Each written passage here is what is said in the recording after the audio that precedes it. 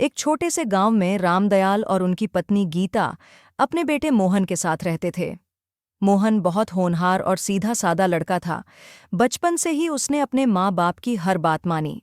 वह खेती में मदद करता, घर का काम करता और गांव में सबका सम्मान करता था।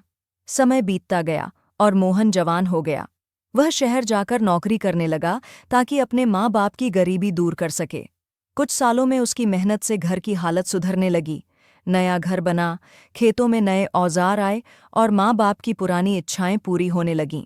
पर धीरे धीरे रामदयाल और गीता के मन में लालच बढ़ने लगा।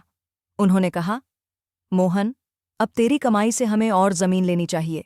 हमारे पास बड़ा घर होना चाहिए ताकि गांव में सब हमें बड़ा आदमी समझें। मोहन ने विनम्रता से कहा, पिताजी, इतना काफी है। अब थोड़ा पैसा गरीबों की मदद में लगाते हैं और मेरी शादी भी कर लेते हैं।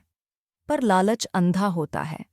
रामदयाल बोले, पहले और जमीन लेंगे, शादी बाद में। मोहन ने फिर भी उनकी बात मानी। उसने अपने शरीर की परवाह किए बिना दिन रात काम किया। वह शहर में दफ्तर के बाद भी ओवरटाइम करता ताकि माँ बाप की इच्छा पूरी कर सके। कुछ महीनों में उसने बड़ी रकम जोड़ ली और जमीन खरीदने के लिए गांव आया। पर तब तक उसका शरीर थक चुका था। तेज बुखार में भी उसने कहा, माँ, पिताजी, ये पैसे जमीन के लिए हैं।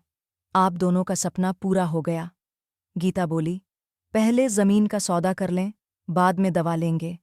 मोहन मुस्कुराया, बोला, ठीक है माँ, बस आपका चेहरा हंसता रहे।